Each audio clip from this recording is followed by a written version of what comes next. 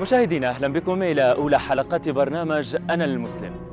أنا المسلم مفتوح على الجاليات والأقليات المسلمة حول العالم. وجهتنا في هذه الحلقة بلد لطالما فتح أبوابه وشرعها على التنوع والاختلاف العرقي بأكمله، لكن في المقابل لا يخلو الوجود الإسلامي في هذا البلد من السجال والجدل وسط تعالي أصوات مناهضة لهذا الدين. هولندا ومسلميها ضمن أنا المسلم.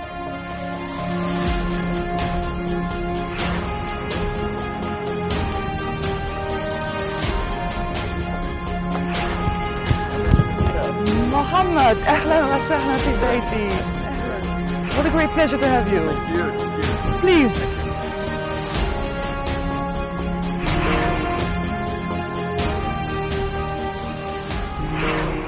مشاهدينا أهلا بكم من جديد إلى برنامج أنا المسلم. إذا نحن اليوم في ضيافة سفيرة هولندا إلى الجزائر فيلومين فان هافتن. Your Excellency, hello and welcome. Thank you for hosting us. Thank you very much for coming. Thank you very much. Before we start this interview, Your Excellency, I would love to invite you to watch this report and then we'll be right back. إذا مشاهدينا قبل أن نبدأ حوارنا مع سعادة سفيرة هولندا إلى الجزائر ندعوكم إلى مشاهدة هذا التقرير حول الإسلام والمسلمين في هولندا ولنا عودة.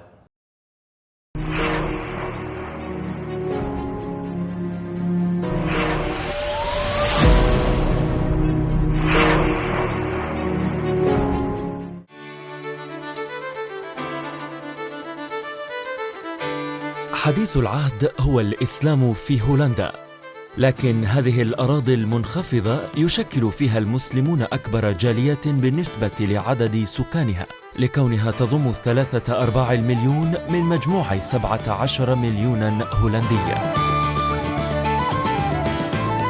الأتراك والمغاربة يشكلون أغلبية مسلمي هولندا، جاليات وفدت واستقدمت في عقدي الستينات والسبعينات، كانوا أشبه بالعمال الضيوف حسب التوصيف السائد حينذاك، يستفاد منها كأياد عاملة رخيصة تعيد بناء البنية التحتية التي دمرت عقب الحرب العالمية الثانية فيما سمي بمشروع مارشال.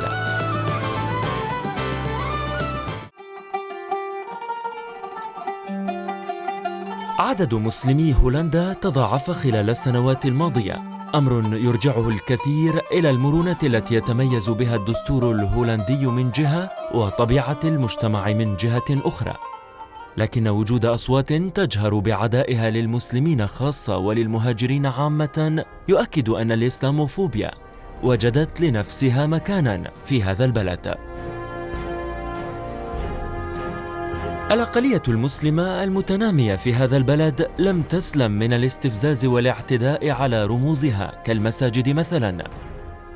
إنيكي فان دير فالك باحثة في شؤون جامعة أمستردام أحصت ما بين 11 إلى 13 اعتداء على المساجد في هولندا كل عام، لكن في المقابل يتضح تعاون السلطات الأمنية مع القائمين على المساجد من أجل منع أي هجمات محتملة.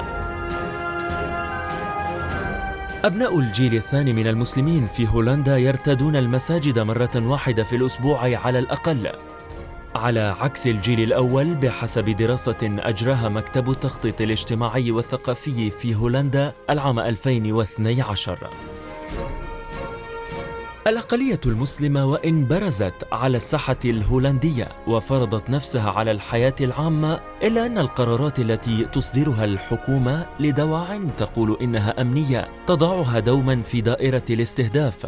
ولعل القرار الحكومي الأخير بمنع ارتداء الحجاب والنقاب في بعض الأماكن العامة يترجم ذلك. قرار ينتظر مصادقة البرلمان، وفي حال تم إقراره ستكون هولندا ثالث دولة أوروبية تحظر النقاب في الأماكن العامة بعد فرنسا وبلجيكا. فهل هي الخشية من أسلمة أوروبا على حد زعم اليمين المتطرف؟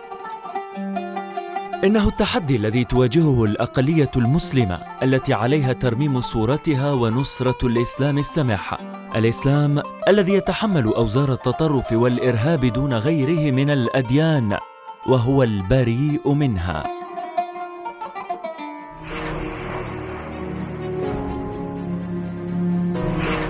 مشاهدينا أهلا بكم من جديد. Ambassador, Muslims in Netherlands represent 5% of the total population, as a study mentioned, a study released by the government in 2013. Another study said that numbers of Muslims continue to increasing to reach 8% in 2020. I'm wondering, how are these numbers and statistics perceived in Netherlands?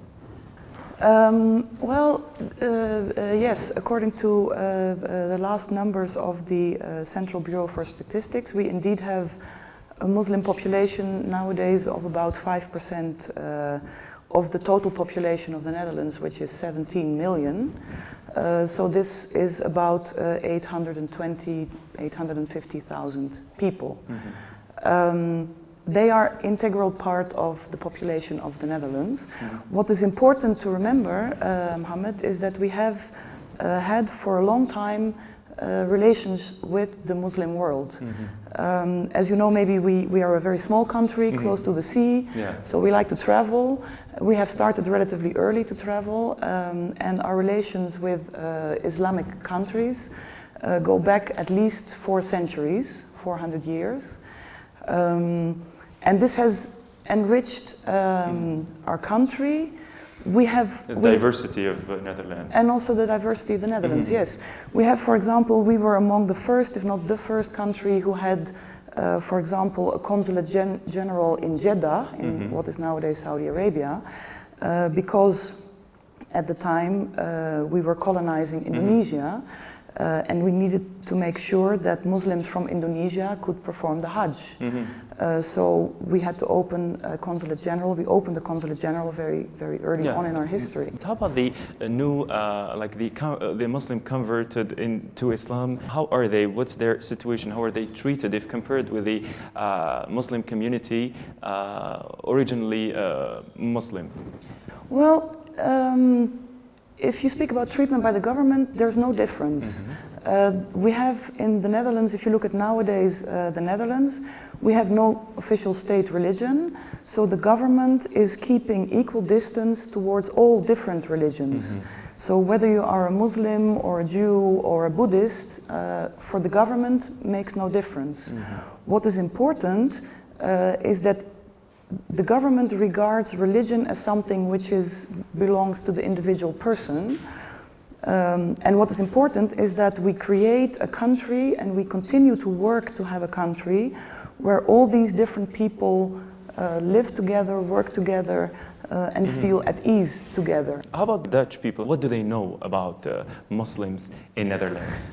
That's a very good question. It depends, of course, very much. Like I said, we have these long diplomatic, historic relations with the Islamic world, with the Muslim world. This has led, for example, to the creation, also already about 400 years ago, of studies of Arabic language and of Islamic religion in one of our most famous universities, Leiden, mm-hmm. Which is a fantastic institution. They have, for example, a library with over 4,000 manuscripts mm-hmm. from the Muslim world, which are not, some of them are religious manuscripts, but a lot of them are also scientific ones about medicine, about plant studies, about the art of navigation mm-hmm. or the art of horse riding. And these are a beautiful collection, which incidentally I'm trying to organize a small exhibition in Algeria about, because I would like to share. You're going to try to cover it in the future, inshallah. That would be very nice. Talking about Muslims, Your Excellency, leads us to talk about 9/11, which maybe had many implications on the Muslim worldwide and on Muslim countries in particular. 9/11 contributed in spreading Islamophobia. And here I may ask you, how present is this phenomenon had been in Netherlands since then? Yeah, for the Netherlands government, equal treatment and non-discrimination are really at the cornerstone of our country and of our society. Mm-hmm. They are enshrined in the first article of the Dutch Constitution, and they are very important for us. one of the results of 9/11, but not only of 9/11, because also of a number of phenomena which have been produced afterwards, yes, is that unfortunately we see a rising feeling of insecurity among inter alia Muslims in the Netherlands. That is something that the government is worried about and that the government tries to work on very much, because some forces are trying to disintegrate our society.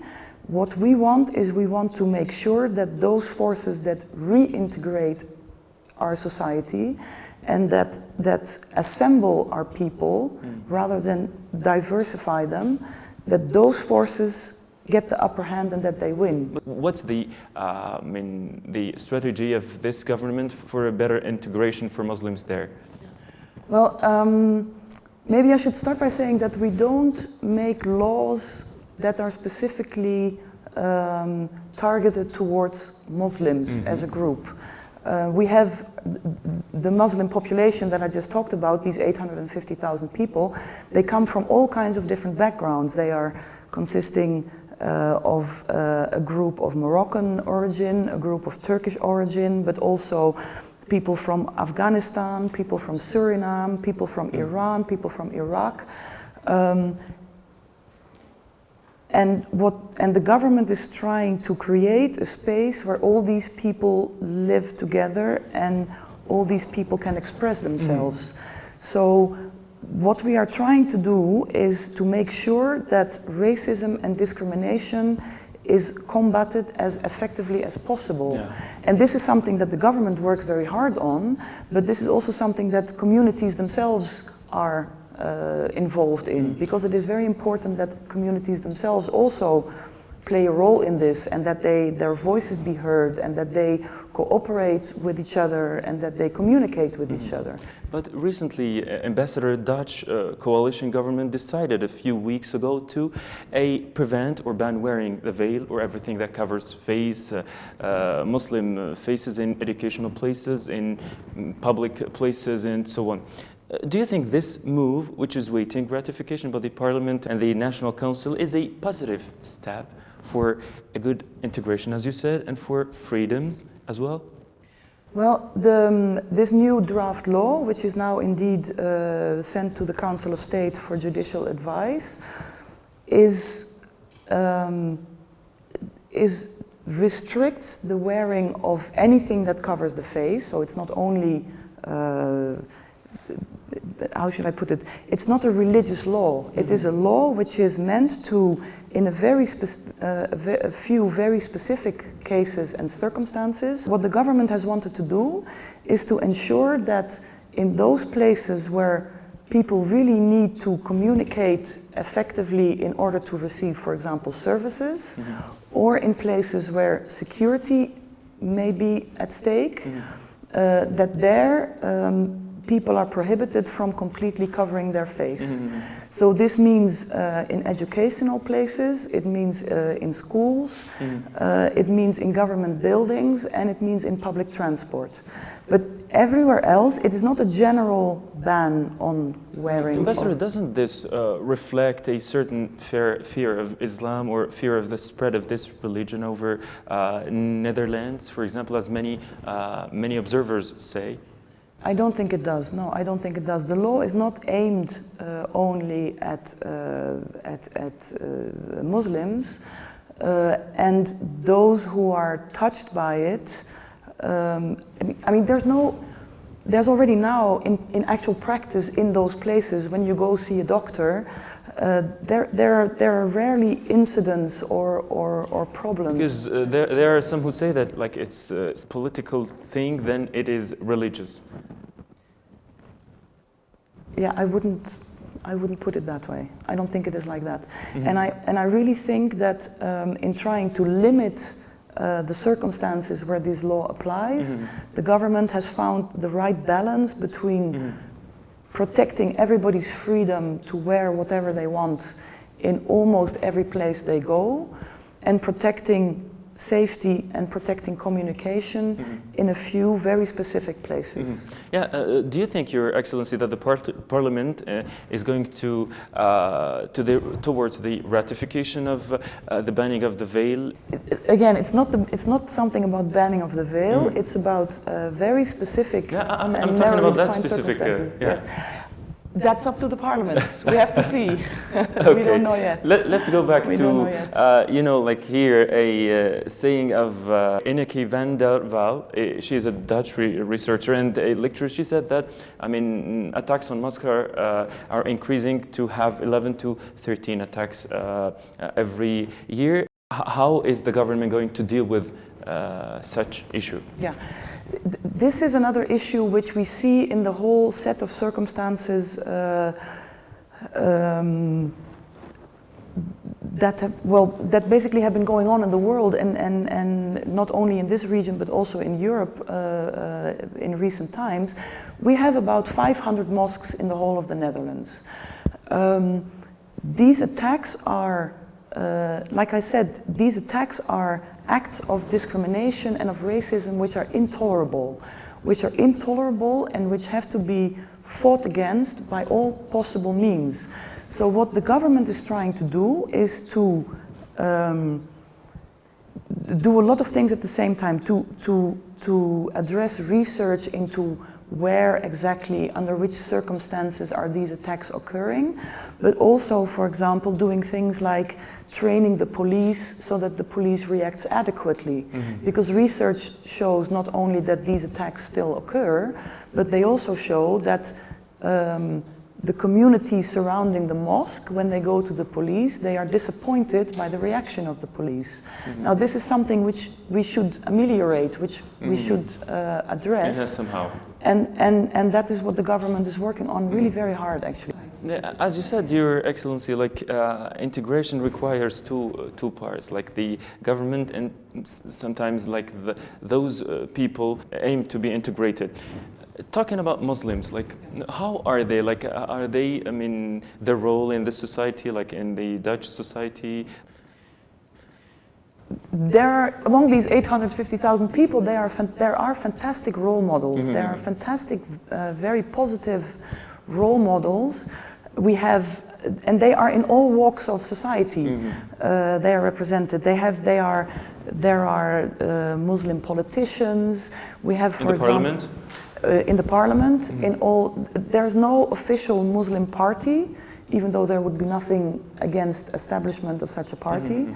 But right now we don't have one. But what we do have is Muslims represented in pretty much every political party that exists, from the left wing to the right wing. They have Muslims among their members, among their representatives in the parliament. We have, for example, one of our famous role models is the mayor of Rotterdam, Mr. Ahmed Abu Talib, who is a Muslim, but who is also running the biggest economic city that we have in our country. But we have also fantastic writers that are Muslims. We have one of my personal favorites is a Dutch writer who is called Kader Abdullah. He is originally from Iran. He came to the Netherlands as a young man. He writes novels in a Dutch language which is beautiful, fantastic, very unbelievably nice. And he's also contributing to the knowledge about Islam among Dutch people. And how about like the relation between the Muslim community and other communities from other religions? Oh, there are fantastic examples, especially now in the holy month of Ramadan. You'll see in these 500 mosques many initiatives where the mosque will invite the surrounding community for iftar, or where people will talk about their religion. There are interreligious dialogues between different groups where Muslims meet Jews and they meet Buddhists and they meet Christians and they share experiences. And these also are things not only on the central governmental level, but also on the decentralized level and the local community level, which are in my perception, occurring increasingly. And this is a very positive sign. There are increasing initiatives which don't come from the government, but which come from the communities themselves, which is very fantastic. It's very positive. Meanwhile, Your Excellency, maybe this is going to be my last question in this purpose. Muslims in your country, in Europe, like, what do you think is the best way or the best solution to make them better integrated in their societies? That's a very good question. I think they are an integral and very much valued part of Dutch society, and they should stay that way. But in other countries? Like, that's very... because in Netherlands, maybe, as you said, there are ups and downs for Muslims. And there are many many positive points for Muslims there in your country. But in other countries, maybe it's not the case. I know too little about other countries to really be able to say anything like that. But what I really wish for not only Muslims in the Netherlands, but really also the whole of the population is that we continue to learn from each other, and that we continue to accept each other, and that we continue also to claim our own rights, but also give to others those same rights. Because I really am convinced that that is the best way to achieve what we want, which is a Netherlands where everybody feels at ease and at home and happy, and with freedoms to live his or her life the way they want to. Your Excellency, maybe at the end of this interview, I would love to give you the opportunity to say something for Muslims in the Arab world, Muslim world, in Algeria, and our viewers, of course. What can I say? If you want to say it in Arabic, that would be great. صحة رمضانكم لكل الجزائريين عيد مبارك وشكرا. Thank you very much. It was a great pleasure having you with us, Your Excellency. Thank you very much, Mohammed, for coming. Thank you so much. مشاهدينا، إذن بهذا نأتي إلى ختام حلقة اليوم من برنامج أنا المسلم. نلتقي في عدد جديد آخر مع جالية مسلمة أو أقلية مسلمة أخرى تعيش وطنا آخرا لكنها ترفض أن تذوب فيها.